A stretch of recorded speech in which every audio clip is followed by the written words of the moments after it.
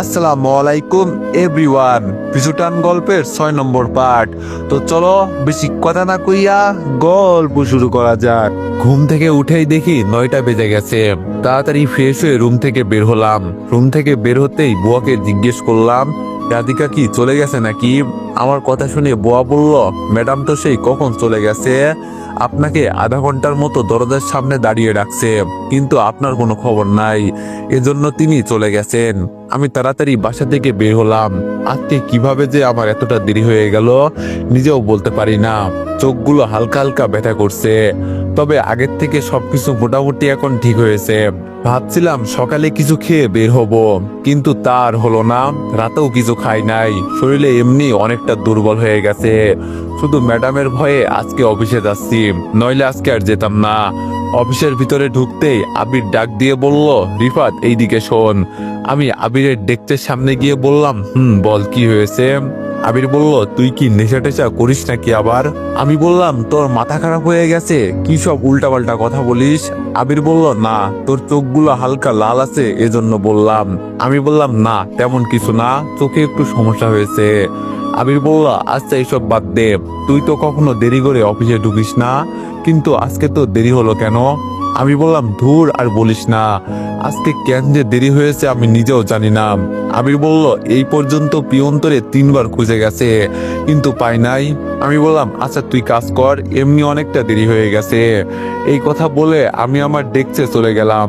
চেয়ারে বসতেই ভাবি বলল, কি খবর সাহেব, বউ কি আটকে রাখছিল? আমি বললাম, না, বউ আটকে রাখবে কেন, ঘুম থেকে উঠতে দেরি হয়ে গেছে। ভাবি বলল, রাতে কি চুরি করো যে ঘুম থেকে উঠতে দেরি হয়ে যায়? মনে মনে বললাম, ম্যাডাম আজকে রাতে আমার সাথে যা করেছে তা যদি অন্য কারোর সাথে করতো তাহলে তো সে আর অফিসেই আসতো না। আমি ডিভোর্স পেপারে সাইন তো ঠিকই করেছি, কিন্তু এখনো তো 6 মাস হয় নাই, তার মানে রিমিকে এখনো ডিভোর্স দেওয়া হয় নাই। শর্ত মতে তিনি এখনো আমার এক্স বউ, কিন্তু তাকে যদি এই কথা বলি তাহলে হয়তো আমাকে তিনি অফিসে রাখবেন না। দরকার কি আমার এই কথা বলার? বসে বসে কাজ করছিলাম, তখন পিয়ন এসে ঝাড়ুটা আমার সামনে দিয়ে বলল, ম্যাডাম বলছে আজকে নাকি আপনি সবটা অফিস ঝাড়ু দিবেন, আর এই কাজ করে আপনি ম্যাডামের সাথে দেখা করবেন। আচ্ছা স্যার, আপনি এত দেরি করে আসছেন কেন? জানেন ম্যাডাম আপনার উপর কেমন রেগে আছে? আমি বললাম, এই কাজ না করলে কি হয় না? পিয়ন বলল, স্যার আমি এত কিছু জানি না, ম্যাডাম আমাকে যেটা করতে বলেছে আমি তাই করছি, আর ম্যাডাম তো বসে বসে ক্যামেরা দিয়ে সবকিছু দেখছেন। আমি বললাম, আচ্ছা ঠিক আছে, তুমি যাও, আমি দেখছি। পিয়ন চলে যেতেই রাধিকা আসলো। ও ঝাড়ু দেখে বলল, এটা এখানে রাখা কেন? রাধিকার দিকে তাকিয়ে বললাম, তুই এটা কাজ করতে পারলি, আমাকে রেখে একা চলে আসলি? রাধিকা বলল, তোরে কি আমি কম ডেকেছি? কিন্তু তোর কোনো খবর নেই, পরে ম্যাডামের গাড়ি দিয়ে চলে আসছি। আমি বললাম, ও আচ্ছা। রাধিকা বলল, দেখ রাগ করিস না প্লিজ তুই। আমি বললাম, আরে না, রাগ করার কি আছে, সবাই ভালো, শুধু আমি খারাপ, যা তোর কাজ গিয়ে তুই কর। রাধিকা বলল, রিফাত শোন। আমি বললাম, বলছি না আমি কিছু মনে করি নাই, যা তুই তোর কাজ কর। আমার কথা শুনে রাধিকা মন খারাপ করে চলে গেল। আমি ঝাড়ুটা নিয়ে অফিসে ঝাড়ু দিতে লাগলাম। সবাই শুধু আমার দিকে অবাক দৃষ্টিতে তাকিয়ে আছে। আবির তো প্রশ্ন করেই ফেললো যে আমি এইসব পাগলের মতো কি করছি। আমি শুধু মুচকে হাসি দিয়ে বললাম, যদি কপালে থাকে তাহলে কি আটকানো যায়? ভুল করেছি, ভুলের মাসুল তো দিতেই হবে। আবির বোকা সুরে বলল, ভুল করেছি মানে? আমি বললাম, তুই ওইসব বুঝবি না, আমাকে আমার মতো কাজ করতে দে। তবে একটা কথা জেনে রাখ, সময় আমারও একদিন আসবে, তখন আমিও দেখিয়ে দিব। এখন শুধু চুপ করে আছি। আমি আর কিছু না বলে আমি আমার মতো কাজ করতে লাগলাম। অফিস ঝাড়ু দিয়ে ম্যাডামের কেবিনের সামনে চলে গেলাম। দরজার সামনে গিয়ে বললাম, ম্যাডাম ভিতরে আসবো? রিমি ম্যাডাম আমার দিকে তাকিয়ে বলল, ভিতরে আসো। ভিতরে গিয়ে দেখি একটা বড় পাতিল রাখা আছে, আর দেখে মনে হচ্ছে ওখানে গরম পানি রাখা আছে। একটু দূরেই পিয়ন দাঁড়িয়ে আছে। আমি বুঝলাম না রিমি ম্যাডাম আবার গরম পানি দিয়ে কি করবেন। রিমি ম্যাডাম চেয়ার থেকে উঠে আমার সামনে দাঁড়িয়ে বলল, 1 ঘন্টা লেট হয়েছে কেন অফিস আসতে? আমিও বলে দিলাম, ম্যাডাম চোখের ব্যথায় তাকাতে পারছিলাম না, কি করব বলেন, অফিস তো আসতেই চেয়েছিলাম না, কিন্তু আসতে হয়েছে। রিমি ম্যাডাম বলল, অফিস কি তোর বাপের যে তুই মন চাইলে আসবি আবার মন না চাইলে আসবি না? আমি বললাম, এজন্যই তো অফিসে আসছি। রিমি ম্যাডাম বলল, আমার অফিসে কাজ করতে গেলে দেরি করে আসা যাবে না, বুঝলি? আমি বললাম, সরি ম্যাডাম, আর ভুল হবে না। রিমি ম্যাডাম আমাকে ধরে জোরে ধাক্কা দিয়ে গরম পানির উপর ফেলে দিল। আমি জোরে একটা চিৎকার দিয়ে বললাম, ও মা গো, আমি তো শেষ। তাড়াতাড়ি লাফ দিয়ে পানি থেকে উঠে গেলাম। পিঠটা একেবারে জ্বলে গেল, ঠিক মতো দাঁড়িয়ে থাকতে পারছি না। ম্যাডাম যে আমার সাথে এমন কিছু করবেন আমার ধারণার বাইরে ছিল। মনে হচ্ছে যেন পিঠের চামড়া পুড়ে যাচ্ছে। রিমি ম্যাডাম আমার কষ্ট দেখে হাসতে হাসতে বলল, কিরে, আমাকে আরো বিয়ে করবি?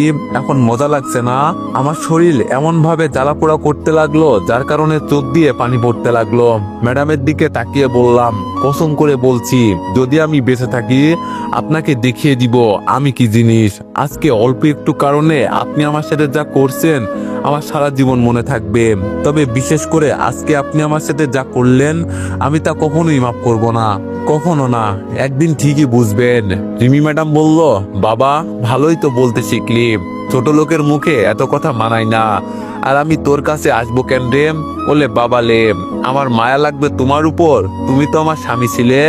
ইস, তোমার সাথে এমনটা করা বুঝি আমার ঠিক হয় নাই। আহারে, আজকে আমি সত্যি সত্যি এখান থেকে চলে যেতাম, কিন্তু কাপুরুষের মতো এখান থেকে চলে গেলে আমি অপমানিত হব। 365 দিনে কিন্তু 1 বছর, আমারও কিন্তু সময় আসবে, তখন আমিও দেখিয়ে দিব আমি কি ছিলাম। রিমি ম্যাডাম একটা প্যাকেট আমার হাতে দিয়ে বলল, যা কাপড় চেঞ্জ করে আয়। কি করব, অফিসে তো এই ভেজা কাপড়ে করা যাবে না। রিমি ম্যাডামের কাছ থেকে কাপড়গুলো নিয়ে ওয়াশরুমে চলে গেলাম। কাপড় চেঞ্জ করে আমি আমার ডেস্কে চলে গেলাম। চেয়ারে কোনো অবস্থায় বসতে পারছি না, শরীরে ব্যথার কারণে। রাধিকা আমাকে দেখে দৌড়ে এসে বলল, ম্যাডাম তোর সাথে কি উল্টাপাল্টা কিছু করছে? আমি বললাম, তোর এসব শুনতে হবে না, যা তুই গিয়ে তোর কাজ কর। রাধিকা বলল, আরে কি হয়েছে বলবি তো? আমি বললাম, বলছি না তোর এইসব শুনতে হবে না, কপাল খারাপ আমার, বাদ দে। রাধিকা বলল, তোর মুখটা এমন শুকনো শুকনো লাগছে কেন? আমি কিছু বললাম না, দাঁড়িয়ে থেকেই কাজ করতে লাগলাম। আমি কিছু বলছি না দেখে রাধিকা আবার আগের মতোই মন খারাপ করে চলে গেল। আমি ভাবির দিকে তাকিয়ে বললাম, ভাবি মাথা ব্যথার ওষুধ আছে আপনার কাছে? ভাবি আমার দিকে তাকিয়ে বলল, আছে ঠিকই, মাঝে মাঝে মাথা ব্যথা হলে খাই, কিন্তু তুমি কি করবে? আমি বললাম, ভাবি আজকে আপনাকে একটু জ্বালাবো, কিছু মনে করবেন না তো? ভাবি হাসি দিয়ে বলল, আরে না না, কি যে বলো তুমি, বলো তোমার কি লাগবে? আমি বললাম, একটা ব্যথার ট্যাবলেট দিবেন? আমার কথা মতো ভাবি ট্যাবলেট দিল। ট্যাবলেট নিয়ে বললাম, জানেন ভাবি, রাত থেকে কিছু খাই নাই ম্যাডামের অত্যাচারের কারণে। একটা মানুষকে কতটা অত্যাচার করলে সে মন থেকে গালি দেয়। আমি যদি বড় কোনো অপরাধ করতাম তিনি আমাকে বলতেন আমি কি করেছি। আজকে অল্প একটু ভুলের জন্য তিনি আমাকে সবার সামনে অপমান করেছেন, আবার আমাকে দিয়ে যা ইচ্ছা তাই করাচ্ছেন। ভাবি বলল, বুঝলাম না ভাই কিছু। আমি বললাম, বাদ দেন ভাবি, এত কিছু বুঝবেন না। এই কথা বলে আমি রাধিকার ডেস্কে চলে গেলাম। গিয়ে দেখি রাধিকা আনমনে কাজ করছে। আমি রাধিকার টিফিন বক্সটা নিয়ে ক্যান্টিনের দিকে যেতে লাগলাম। রাধিকা আমার দিকে তাকিয়ে দেখলো, কিন্তু ভয়ে কোনো কথা বলে নাই। যদি আমি উল্টাপাল্টা কিছু বলি। খাবার খেয়ে ব্যথার ট্যাবলেট খেয়ে শরীরটা একটু একটু ভালো লাগতে শুরু করলো। ক্যান্টিন থেকে বেরোতেই দেখি ম্যাডাম সবাইকে ডেকে কি যেন কথা বলছে। আমি গিয়ে আবিরের পাশে দাঁড়ালাম। অন্যদিকে ম্যাডাম বলছে, আজকে আমাদের অফিসে বড় একটা প্রজেক্ট নিয়ে কাজ করা হবে। এই ফাইলটা তৈরি করবে তোমরা, আর উপস্থাপন করবে তোমাদের লিডার, মানে আমার কথা বলা হয়েছে। রিমি ম্যাডাম আবার বলতে লাগলো, যদি এই প্রজেক্টটা ওনারা খুশি হয়ে নিয়ে নেয় তাহলে আমরা সবাই অফিস থেকে 5 দিনের জন্য সুন্দরবন যাব পিকনিকে। আশা করি তোমরা আমাকে হতাশ করবে না। আর এই যে লিডার, তুমি শোনো। আমি রিমি ম্যাডামের কথা শুনে বললাম, জি ম্যাডাম বলেন। রিমি ম্যাডাম বলল, সবার ভালো এখন তোমার হাতে। ওরা সবাই মিলে ফাইলটা তৈরি করবে আর উপস্থাপন করবে তুমি। কিভাবে কি করবে আমি জানি না, তবে তুমি যদি এই কাজ করতে পারো তাহলে আজ থেকে তোমার আর পিয়নের কাজ করতে হবে না। আর তোমার সাধারণ ডিউটি যতক্ষণ পর্যন্ত, তুমি ঠিক ততক্ষণ পর্যন্তই ডিউটি করবে, এর বাইরে কিছু করতে হবে না। যদি আমাকে হতাশ করো তো আমি কি করতে পারি জানো তো? এই কথা বলে রিমি ম্যাডাম চলে গেল। আমি শুধু বললাম, তুই পারবি আমরা জানি, এতদিন পর সবাই মিলে সুন্দরবন যাব, কতটা যে ভালো লাগছে আমাদের বলার বাইরে। তুই সাহস থেকে সবকিছু করবি, বাকিটা আমরা দেখছি। এই কথা বলে সবাই কাজ করতে লেগে গেল। তবে যাক, আমি যদি এই কাজ করতে পারি তবে আমাকে তো আর পিয়নের কাজ করতে হবে না। উনি ওনার সত্ত্ব আবার তুলে নিয়েছে। এটা শুনে একটু ভালোই লাগলো। সুযোগ পেয়েছি তো কাজে লাগাতেই হবে। পিঠের জ্বালাপোড়া কমছে, কিন্তু বসতে পারছি না চেয়ারে। এইদিকে সবাই মনোযোগ সহকারে কাজ করছে, আমি শুধু তাকিয়ে তাকিয়ে দেখছি। আজকে ম্যাডাম বলেছে যে সবাই পিকনিকে সুন্দরবন যাবে, এজন্য সবাই কতটা না খুশি হয়েছে। কিন্তু খুশি শুধু আমি হতে পারলাম না। যদিও আমি ওখানে যাই, তাহলে কি ম্যাডাম আমাকে মাফ করে দিবেন? কখনো না, তিনি ওখানেও আমাকে অত্যাচার করবেন। ম্যাডামের এইসব টর্চার আর নিতে পারছি না। এখন আর ভালো লাগে না, আমার খুব খারাপ লাগে। মন চাই অন্য কোথাও চলে যাই, কিন্তু একবার গ্রাম থেকে পালিয়ে আসছি, দ্বিতীয়বার আর এই ভুল করব না। অত্যাচার আমাকে আর কত করবে? করতে থাকুক না, একদিন তো ঠিকই বুঝবেন। সেদিন আমিও বুঝিয়ে দিব এই রিফাত কি জিনিস ছিল। আমিও দাঁড়িয়ে দাঁড়িয়ে সবকিছু ঠিকঠাক করছি, কিভাবে কি করব। জীবনে প্রথম কিছু করতে যাচ্ছি, একটু নার্ভাস লাগছে, তবে আশা করি সবকিছু ঠিকঠাক হয়ে যাবে।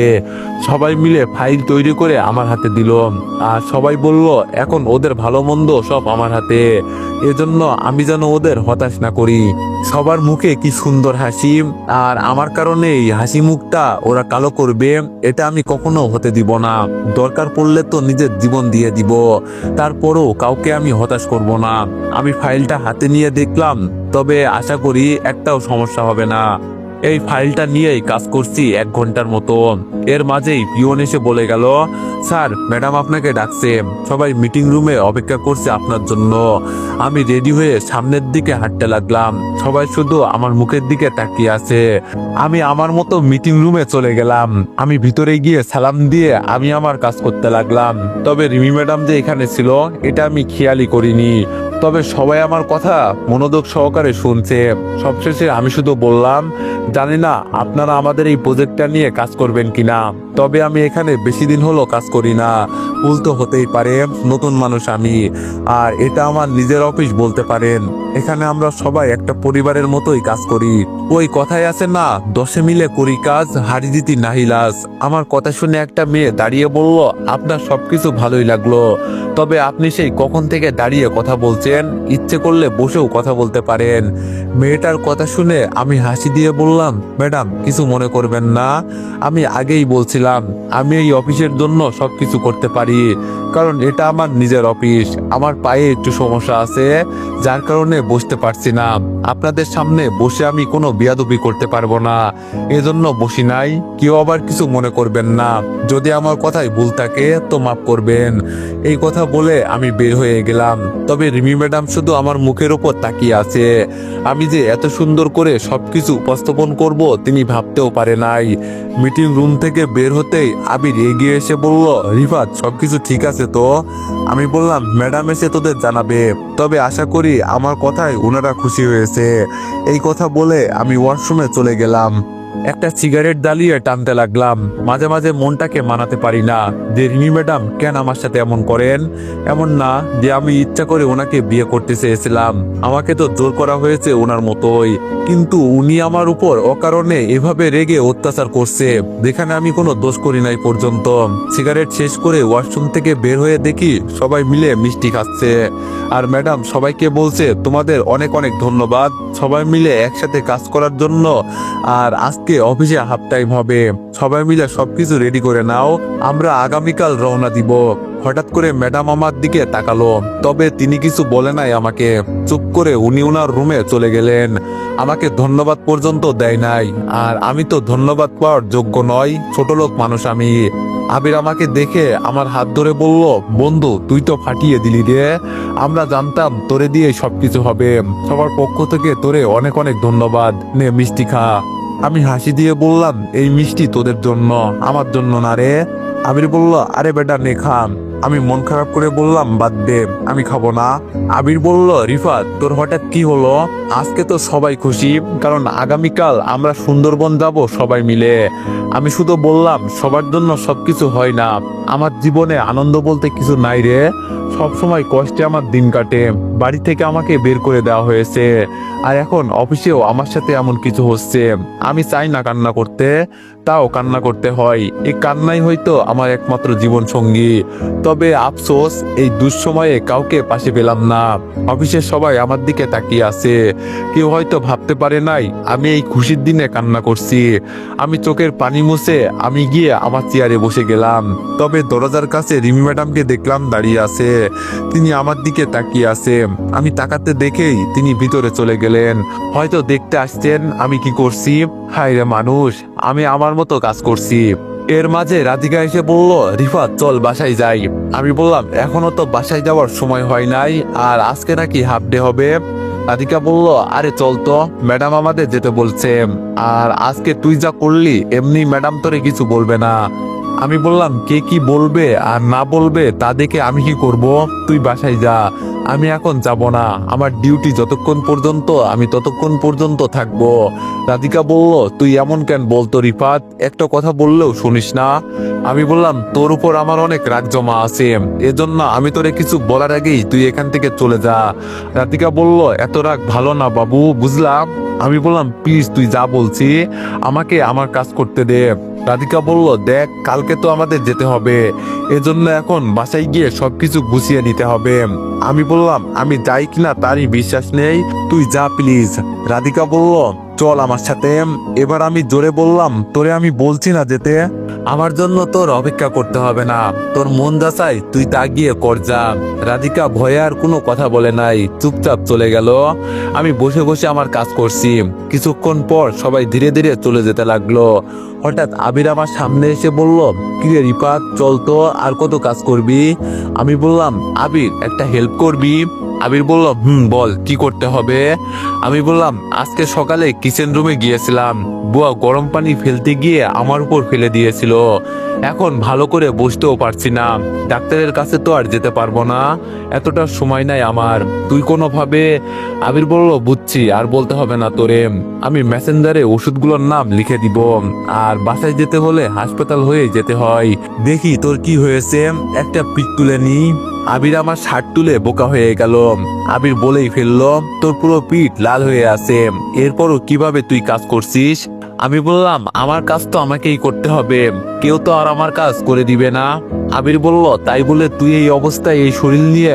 আমি বললাম, থাক বাদ দে, তোরে আমি যেটা বললাম তুই সেটা কর প্লিজ। আবির বলল, তাহলে চল দুইজন মিলে যাই। আমি বললাম, হাতে কিছু কাজ আছে, সেগুলো শেষ করে আসি, তুই যা। আবির বলল, ম্যাডাম তোরে কিছু বলবে না, তুই চল তো। আমি বললাম, না রে, তুই বললেও আমি যাব না, আমার কাজ যতক্ষণ পর্যন্ত শেষ না হবে ততক্ষণ পর্যন্ত যাব না। আবির বলল, তুই যে কি ভাই এটাই বুঝলাম না, আচ্ছা ঠিক আছে থাক তুই, আমি গেলাম। আবির চলে যেতেই ভাবিও দাঁড়িয়ে বলল, সবাই তো প্রায় চলে গেছে, চলো রিফাত যাই। আমি বললাম, না ভাবি আপনি যান, আমার কিছুটা দেরি হবে। ভাবি বলল, আচ্ছা ঠিক আছে, তবে কাল কিন্তু সময় মতো চলে আসবে। আমি বললাম, যাই নাকি এটাই তো বিশ্বাস নাই ভাবি, আগে দেখি। ভাবি বলল, কি বলো তুমি যাবে না, আজকে মূলত পিকনিকে যাচ্ছি তোমার জন্য, তুমি যদি ইচ্ছে করতে তো সবকিছু করতে পারতে, কারণ তখন সবকিছু তোমার হাতে ছিল। আমি বললাম, বাদ দেন ভাবি, আমি কারো খারাপ চাই না, আমার সাথে হয়তো মানুষ খারাপ ব্যবহার করতে পারে, কিন্তু আমি না, আমি কখনো কারোর সাথে খারাপ ব্যবহার করতে চাই না। ভাবি বলল, আচ্ছা শোনো, এখন আমি কি বলি, তোমাকে যে আমাদের সাথে যেতে হবে এটা মনে রেখো, যদি না যাও তাহলে তোমার কারণে কিন্তু আমরাও যাব না। আমি বললাম, আচ্ছা ভাবি ঠিক আছে, যতটা সম্ভব আমি চেষ্টা করব আপনার কথা রাখার জন্য। ভাবি যেতে যেতে বলল, শুধু চেষ্টা করলে হবে না, যেতে হবে মানে যেতেই হবে, নইলে তোমাকে তোমার বাসা থেকে তুলে আনবো, এই বলে দিলাম। আমি হাসি দিয়ে বললাম, আপনি বললে তো আমি আপনার জন্য 7 সমুদ্র পার করে চলে আসবো। আমার কথা শুনে ভাবি খিলখিল করে হাসতে হাসতে চলে গেল। এখন আর অফিসে কেউ নেই, আমি পিয়ন আর ম্যাডাম শুধু আছি। আমি আমার মতো কাজ করছি। তখন পিয়ন এসে বলল, স্যার আপনি এখন যেতে পারেন। ম্যাডাম বলল, আপনাকে আর কাজ করতে হবে না। আমি বললাম, তোমার ম্যাডাম তো চাই আমি বেশি বেশি কাজ করি, তো আজকে তিনি আমাকে যেতে বলছেন কেন। পিয়ন বলল, স্যার আমি এত কিছু জানি না। ম্যাডাম বলল, আপনাকে বের হতে, আর উনি যাওয়ার আগে সবকিছু একবার দেখে যাবেন। এই বলে পিয়ন চলে গেল। এখন আর বেশি সময় থাকা যাবে না, আমি আমার টেবিল গুছিয়ে যেই বের হব তখন দেখি ম্যাডাম তার কেবিন থেকে বের হলো। ওনার চোখের দিকে একবার তাকিয়ে আমি মাথা নিচু করে দিলাম। আজকাল মানুষ বুঝে মানুষের মায়ায় পড়তে হয়, যে কারোর দিকে তাকিয়ে মায়ায় পড়া যাবে না। আর রিমি ম্যাডাম তো অহংকারী একটা মেয়ে, ওনাকে আর কেউ চিনুক আর না চিনুক আমি কিন্তু ঠিকই ভালো করে চিনি। অফিস থেকে বের হতেই দেখি অফিসের গেটে মাহি আর সেই দিনের ছেলেটা দাঁড়িয়ে আছে, যাকে আগে ওর সাথে পার্কে দেখেছিলাম। আমি যেই ওকে দেখে চলে যাব তখন মাহি বলল, চলেই তো যাবে, আমার স্বামীর সাথে একটু পরিচিত হয়ে যাও। মাহির মুখ থেকে স্বামী শব্দটা শুনে দাঁড়িয়ে গেলাম। তার মানে ও বিয়ে করেছে, কিন্তু আমি কিছু জানি না, আমাকে একবারও ও কিছু বলে নাই পর্যন্ত। আর বলবে কিভাবে, আমি তো এতদিন কারোর সাথে কোনো যোগাযোগ করি নাই। মাহির সাথে থাকা ছেলেটা এগিয়ে এসে বলল, ভাইয়া আপনি রাগ করবেন না প্লিজ, একটু আমাদের কথা শোনেন। আর আমি মাহির হাজবেন্ড, ও আমাকে আপনার কথা অনেক বলে, কিন্তু আপনি তো রেগেই চলে যান, কোনো কথা বলেন না। আমি কিছু বলবো তখন মাহি এসে বলল, এখনো কি আমার উপর রেগে আছেন? এর মাঝে রিমি ম্যাডাম অফিস থেকে বের হলো। তিনি মাইকে আমার সাথে দাঁড়িয়ে থাকতে দেখে আমার দিকে চোখ লাল করে তাকালো, আর কিছু বললেন না, চুপচাপ গাড়িতে উঠে চলে গেলেন। ম্যাডাম যেতেই আমি মাইকে বললাম, তুমি আবার বিয়ে করেছো কবে? ভাই বলল, আপনি যাওয়ার 5 দিন পরেই বাবা জোর করে আমাকে ওর সাথে বিয়ে দিয়ে দেয়। আমি বললাম, আর এখন তুমি সংসার করছো না? আমার কথা শুনে মাই স্বামী বলল, আপনার মতোই আমারও একটা গার্লফ্রেন্ড ছিল, কিন্তু ও আমাকে ধোকা দিয়েছে। শেষে কোনো উপায় না পেয়ে মাইকে বিয়ে করি। ও মোটামুটি ভালোই আছে, পিচ্ছি হলেও মনটা অনেক ভালো। আমি হাসি দিয়ে মনে মনে শুধু বললাম, এতদিন আমি ওর সাথে ছিলাম, আমি জানি ও কেমন ভালো একটা মেয়ে, তবে আমার কপালে ছিল না বলে ওকে আমি পেলাম না। যাক, আফসোস করে কি আর লাভ আছে। মাই আমার হাত ধরে বলল, আমাকে মাফ করে দেন, আমি আপনার সাথে অনেক বড় একটা ভুল করে ফেলেছি। আমি বললাম, থাক এইসব কথা এখন বাদ দাও, এখন তোমার স্বামী আছে, তোমাকে আমি দোষী মনে করি না, এটা হয়তো আমার কপালে লেখা ছিল। ভাই বলল, আমি মেম্বার আর চেয়ারম্যান সাহেবকে সবকিছু বলেছি, আপনি চাইলে। আমি বললাম, এতদিন বাসায় যাই নাই, এখন কি তোমার মনে হয় আমি বাসায় যাব? বলছি না বাদ দাও, তবে আমার কষ্ট লাগলো কোন জায়গায় জানো মাহি, তুমি ইচ্ছে করে সবকিছু করেছো। মাহি মাথা নিচু করে বলল, সরি, আমাকে মাফ করে দেন, আম্মুর জন্য আমি এমন করতে বাধ্য হয়েছি, আমি আপনার পায়ে হাত দিয়ে বলছি প্লিজ মাফ করে দেন। আমি বললাম, থাক বাদ দাও, এখন তোমার স্বামী আছে, এইসব কথা বলে এখন আর সময় নষ্ট করতে চাই না। আর তুমি জানো কিভাবে আমি এই অফিসে চাকরি করি? ভাই বলল, আপনি আসার সময় আমি আপনার পিছু নিয়েছিলাম, আর তখন দেখলাম আপনি এই অফিসে চাকরি করেন। আমি বললাম, ও আচ্ছা তাই বলো, তো এখন তোমরা কেমন আছো, বিবাহিত জীবন কেমন যাচ্ছে? ভাই ওর হাজবেন্ডের হাত ধরে বলল, আমরা অনেক অনেক হ্যাপি আছি, উনি ওষুধ কোম্পানিতে চাকরি করেন আর আমি বাসায় বসে থাকি, এক কথায় আমরা খুব ভালো আছি। আমি হাসি দিয়ে বললাম, শুনে খুব ভালো লাগলো। ভাই বলল, আপনি কেমন আছেন? আমি বললাম, এই তো মোটামুটি আছি। ভাই বলল, আমি কিন্তু আপনাকে ভালো করেই চিনি, মুখে বলছেন ভালো আছি, কিন্তু আপনার মনে অন্য কথা। আমি বললাম, এখানে তো অনেকক্ষণ দাঁড়িয়ে আছি, চলো রেস্টুরেন্টে যাই, খেতে খেতে সবকিছু বলবো নি, এমনি এখনো তেমন কিছু খাওয়া হয়নি। ভাই বলল, তাহলে ঠিক আছে চলেন। রেস্টুরেন্টে গিয়ে খাবার খেতে খেতে রিমির বিষয়ে ভাইকে সব বললাম। সব শুনে ভাই বলল, তাহলে তো আপনি খুব সমস্যার ভিতরে আছেন, চাইলেও যেতে পারবেন না। হঠাৎ করে একটা আইডিয়া এলো আমার মাথায়, রিমিকে তো আমি মরে গেলেও আর বিয়ে করব না, ওকে যদি আমি মানসিকভাবে শাস্তি দিই তাহলে কেমন হয়? এটাই করতে হবে, যেটা আমি চিন্তা করছি। ভাই বলল, কি চিন্তা করে না তো? আমি বললাম, ভাই আমার একটা কাজ করতে পারবে, এটাই শেষ কাজ, পরে তোমাকে আর কিছু বলবো না। ভাই বলল, জি বলেন, কি করতে হবে? আমি যতটা পারি চেষ্টা করব। তো এভরিওয়ান, নেক্সট ওয়ার্ডের জন্য সবাই একটু বেশি বেশি লাইক আর কমেন্ট করে দিও। ধন্যবাদ।